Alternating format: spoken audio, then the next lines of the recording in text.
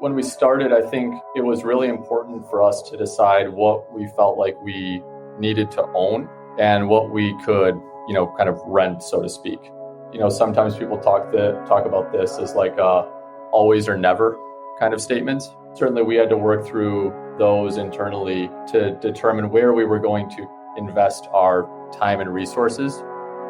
Ideally, you're in a scenario where you're investing the vast majority of your time and resources into those areas that you identify as your, always. Then you're able to kind of go faster by renting other technology. I'm Casey Kipfer, co-founder and chief payments officer at Justify.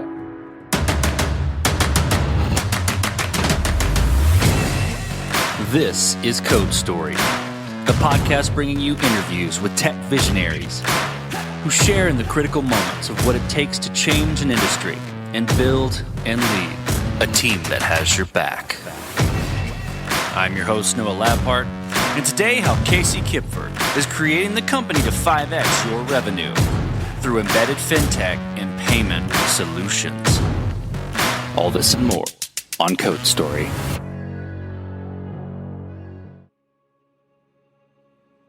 Casey Kipfer is a family man. He's married with 3 kids, and there's a lot of excitement and noise at his house, which he says is wonderful. He enjoys golfing and fishing and tries to spend as much time outside as possible. He enjoys spending time with his brother playing hockey in the winter. They also worked together for around 12 years at a prior venture. Through their collective knowledge, Casey and his team have found that customers have a need for solid in-house expertise to support a payments ecosystem. And technically speaking, customers need an orchestration layer to abstract multiple partners and services behind the scenes. This is the creation story of Justify.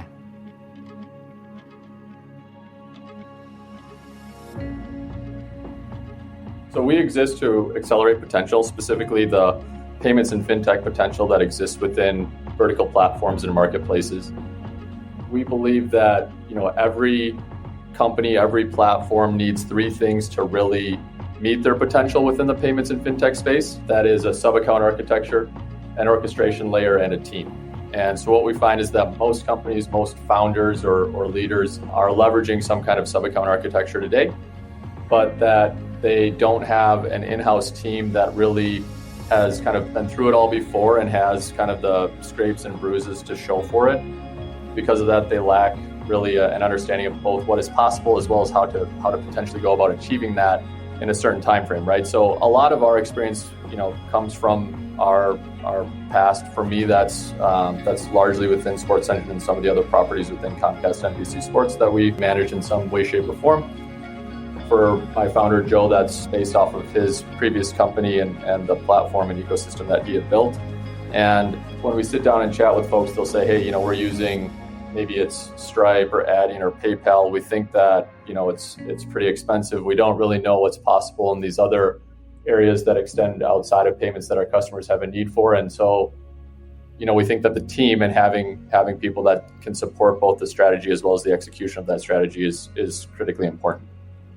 On the technical side, when I talk about an orchestration layer, what I'm really referring to there is the ability to leverage multiple partners to be able to strategically offer products and route, transactions or experiences to the best partner for a particular, user or platform or ecosystem.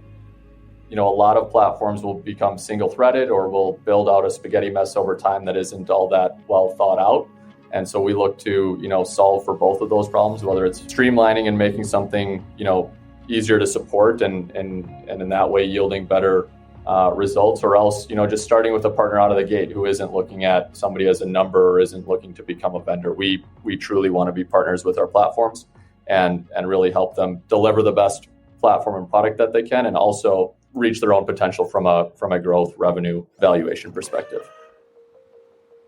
Tell me about your MVP, so that first product you built. How long did it take to build, and what sort of tools did you use to bring it to life? Our MVP, really probably took about 2 to 3 quarters to build, and for us, it was important that we were able to deliver all 3 of those kind of components, right? The team, which we had, and the support and professional services that we can provide, but a sub-account architecture and managed orchestration layer really meant that we had to build quite a lot, I would actually say, from an MVP perspective. We had to have multiple acquiring partners and beyond payment partners in place and ready to be used by our first customer. And we also had to have the ability to onboard and complete all the KYC and underwriting responsibilities to acquire those customers, and then the architecture and pipes in place to be able to process payments and move money around to different accounts. So from an MVP perspective, the scope was relatively large. We were fortunate to really have a number of kind of close friends and coworkers that we had worked with in the past who were excited about kind of this next chapter in this journey that we're on now. And so we were able to, join forces with a number of really talented folks out of the gate. It wasn't just Joe and I as co-founders. It was, that kind of early team that I think really set the pace and gave us the chance to accomplish, a lot in what may be an extended time for an MVP, but certainly the requirements were pretty well known at the onset of this all.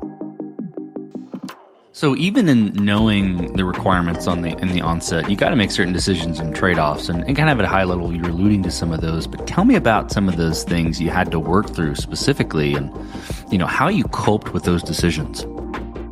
When we started, I think it was really important for us to decide what we felt like we needed to own and what we could, kind of rent, so to speak. Sometimes people talk about this as like always or never kind of statements. Certainly we had to work through those internally to determine where we were going to invest our time and resources. Ideally, you're in a scenario where you're investing the vast majority of your time and resources into those areas that you identify as your, always or your nevers. Then you're able to kind of go faster by, really kind of making considerations or renting certain tools or other technology to fill in the gaps around those, with the understanding that in time you are likely to come back and maybe turn some of those things that you rent into things that you own, and also be okay with the reality that there are a lot of scenarios where you're not better served by owning everything. This episode is sponsored by Vanta. You're a startup founder. Finding product market fit is probably your number one priority. But to land bigger customers, you also need security compliance. And obtaining your SOC 2 or ISO 27001 certification can open those big doors. But they take time and energy pulling you away from building and shipping. And that's where Vanta comes in. Vanta is the all-in-one compliance solution helping startups like yours get audit ready and build a strong security foundation quickly and painlessly. How, you ask? Vanta automates the manual security tasks that slow you down, helping you streamline your audit. And the platform connects you with trusted VCSOs to build your program, auditors to get you through audits quickly, and a marketplace for essentials like pen testing. Join over 8,000 companies, including many Y Combinator and Techstars startups who trust Vanta. Simplify compliance and get $1,000 off at vanta.com/codestory. That's VANTA.com/codestory. This episode is sponsored by Kinsta. Between juggling client meetings, managing your website, and keeping up with everyday tasks, who has the time to stress out about website security? Well, with Kinsta, the technical stuff is taken care of, so you can focus on what you do best. Kinsta provides managed hosting for WordPress, offering lightning-fast load times, top-tier security, and unmatched human-only customer support. Whether you're a business owner, web developer, or running a digital agency, Kinsta makes managing your website easy and efficient. Kinsta provides enterprise-grade security, being one of the few hosting providers for WordPress with SOC 2 and other certifications, guaranteeing the highest level of security for your website.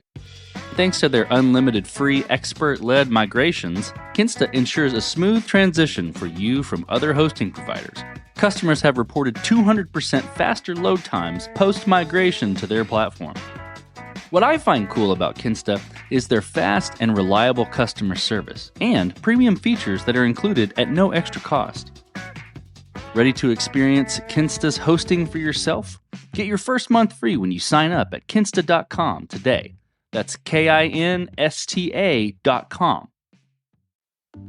Okay, so then from that point, how did you progress the product and how did you mature it?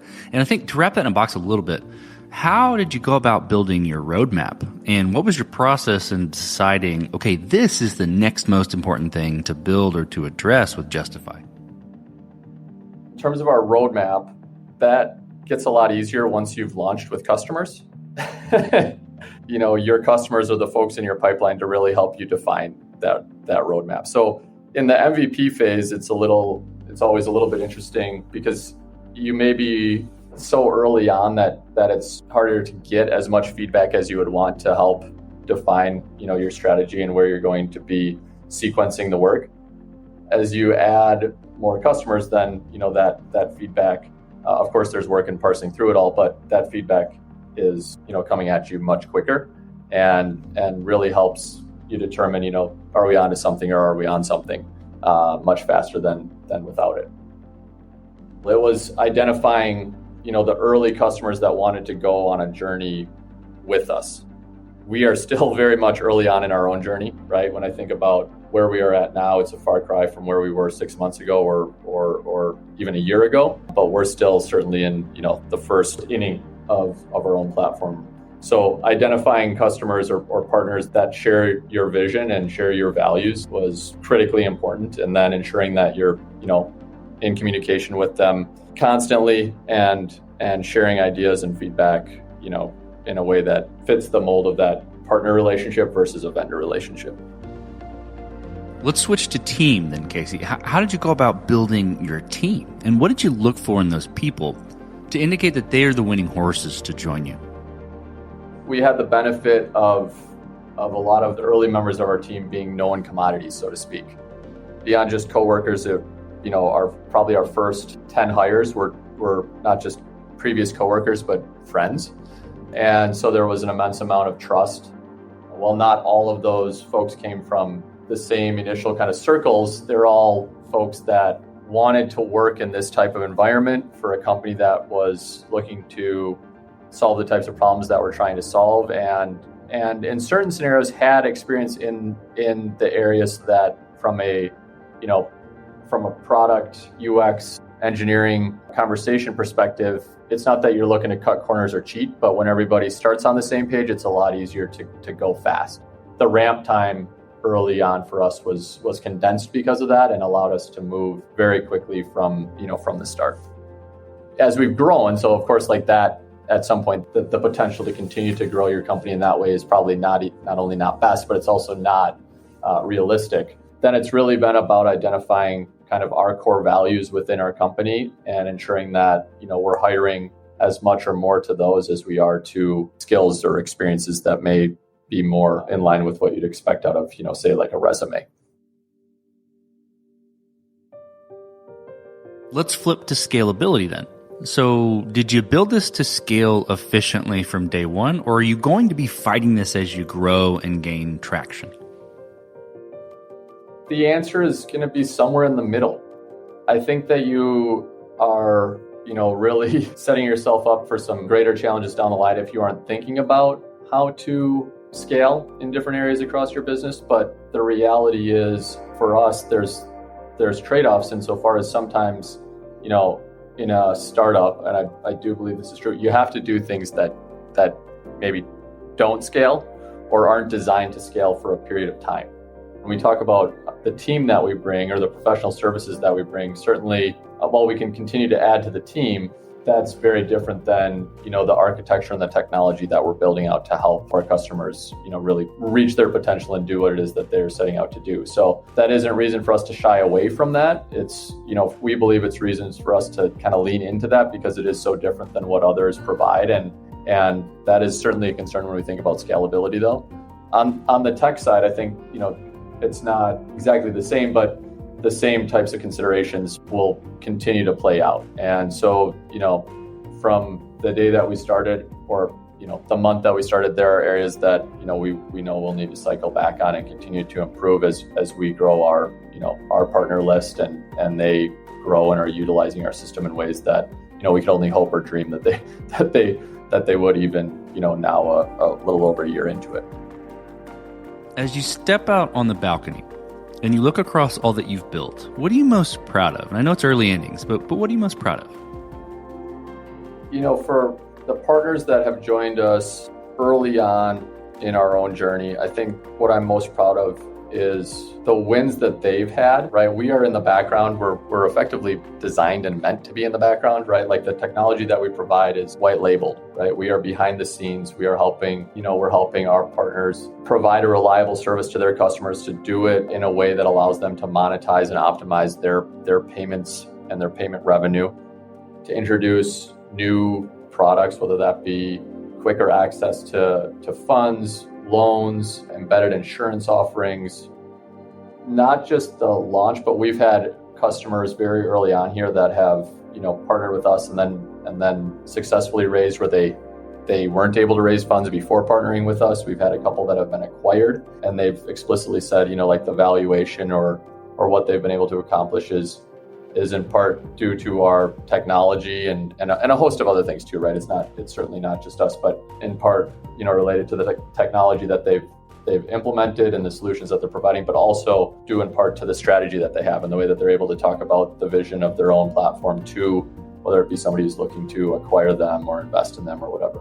Those wins for our partner platforms have been really satisfying and really, I think, really strong signals to me that what we're building, what we built today and what we're continuing to build is of high value and can be a difference maker for our partners.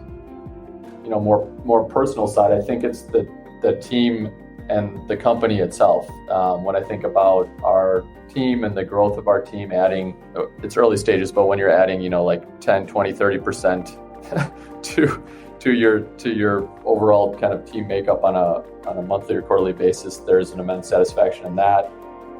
When we started this company, we were in the midst, along with everybody else, in the midst of, everybody working from their bedroom or office or basement or whatever it might be. And now for our team, it's important that people can work from wherever they want to, but being in the office and here with everybody in St. Paul, a few days a week and kind of getting back to that has been really satisfying. And the feedback that we've gotten from our team is that that's something that they've missed and that they really value as well. So I think kind of, providing that kind of environment and the ability to get more out of the professional side of people's lives is really fantastic. Let's flip the script a little bit. Tell me about a mistake you made and how you and your team responded to it. One of the early learnings is when we were building our MVP and when we actually went out to fundraise for a seed round, we had identified a number of different markets or verticals. Solving for each of those was going to be really, really hard. And while it looked good in a pitch deck, what we needed to do was actually focus on, one of, say, the 4 areas that we had highlighted that we were going to build a product for. So that focus quickly made some of the work that we had done to that point, I don't want to say worthless, but wasn't going to be utilized. And at the same time, that focus then allowed us to go much harder and much faster after the categories where, what we were building was really hitting the mark. And so it's always painful to kind of reduce your TAM or to say, hey, we've spent some amount of time building this feature or this capability and really now it's not worth anything. But this is not an uncommon experience. The ability to make the decision to kind of stop going down those roads and do it quickly pays off after that sting of recognizing that, it's hard not to judge yourself and say like, hey, I made a mistake in the past, but you're really just listening to the market and your customers and understanding, like, hey, do we want to continue to spread ourselves in this way, or if we kind of pile up and really drive and focus in these other areas, can we move faster? Can we deliver more to our customers? And is that more in line with what it is that we're looking to accomplish together? So this will be fun to ask. What does the future look like for your product and for your team? The future for us is really about continuing to accelerate the potential of vertical SaaS platforms and marketplaces. I think to do that, we need to continue to add to our orchestration layer in terms of the partners and products that we can help our partner platforms bring to their own ecosystems, and in that way continue to help more and more businesses. If I go further out and I think about the future for us and really what it is that we are attempting to do, it's really to help ensure that every single person that's interfacing with a platform or interfacing with one of our partners has the financial tools that they need in the moment that they want and need them. And that's one of the great advantages that a vertical platform or a marketplace has insofar as providing the kind of context or understanding the context through which, those products or services provide the greatest utility. And now it's important that you're providing them fair and equitable for every single person that is using the system. But certainly when we think about how most, small businesses or organizations access different financial products or services, there's been a major shift. I think there's an even larger shift that's out in front of us, and that we can help, move forward in some small but hopefully meaningful way. Okay, Casey, who influences the way that you work? Name a person or many persons or something that you look up to and why. I look up to, I guess, my dad and my brother in very real ways. I'm pretty keen on how they operate or how they go about solving problems. One of the statements that my dad had made to me when I was growing up is that you can be right and lose. And I think about that a lot insofar as, in a team setting, in technology, especially. I feel like there's, of course, immense value in kind of being right or correct or the leader. Really, it's not just about that, but how you can kind of influence and communicate and drive alignment and a team mentality, because truth be told, I don't accomplish anything myself, right? Basically nothing. So I need everybody else, and as a team, we all need each other to accomplish not just great things, but even, small wins.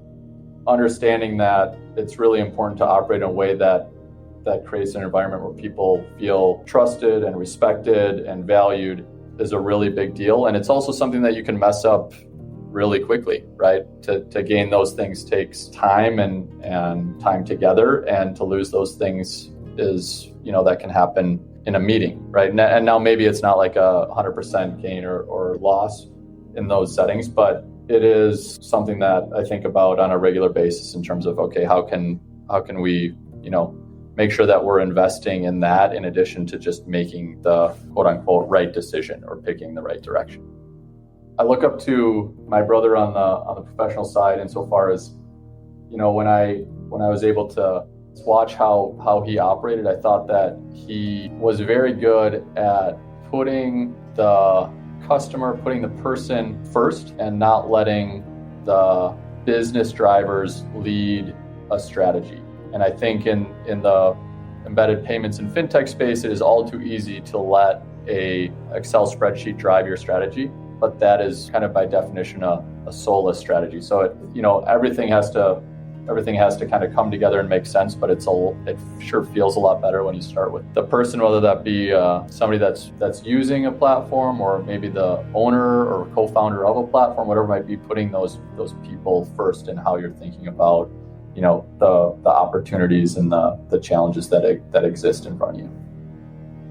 Okay, Casey, last question. So you're getting on a plane and you're sitting next to a young entrepreneur who's built the next big thing. They're jazzed about it. They can't wait to show it off to the world. Can't wait to show it off to you right there on the plane. What advice do you give that person, having gone down this road a bit? Yeah, I guess first I would say I'd love to see it. If somebody's really excited or jazzed about something, then that gets me pretty excited about it out of the gate. So that's awesome. I think maintaining that kind of enthusiasm is really important, and sometimes pretty challenging as well. My biggest piece of advice would be to kind of know yourself, or try to understand yourself and your strengths and weaknesses, and be eager to ask for help and support. Certainly individuals can have great ideas, and individuals can also, you can build something entirely yourself. But I know, a lot of the joy comes from the team and the family kind of aspect of a company, and also what you can achieve with a whole host of people is also, undoubtedly much greater. So, at its core, I would say keep the enthusiasm. Certainly as a owner or founder, you're going to be wearing all the hats, and you have to be willing to do all the things, but don't think that you have to have all the answers, or that it's weak if you're looking to ask for help or support from other people. People want to go along on rides with other people. I know I certainly do, and I think just about everybody else that's out there wants that as well. Fantastic advice. Couldn't agree more. Well, Casey, thank you for being on the show today. Thank you for telling the creation story of Justify. Yeah, thank you, Noah. It was a pleasure to meet you and spend a little time together. And this concludes another chapter of Code Story. Code Story is hosted and produced by Noah Labhart. Be sure to subscribe on Apple Podcasts, Spotify, or the podcasting app of your choice. And when you get a chance, leave us a review. Both things help us out tremendously. And thanks again for listening.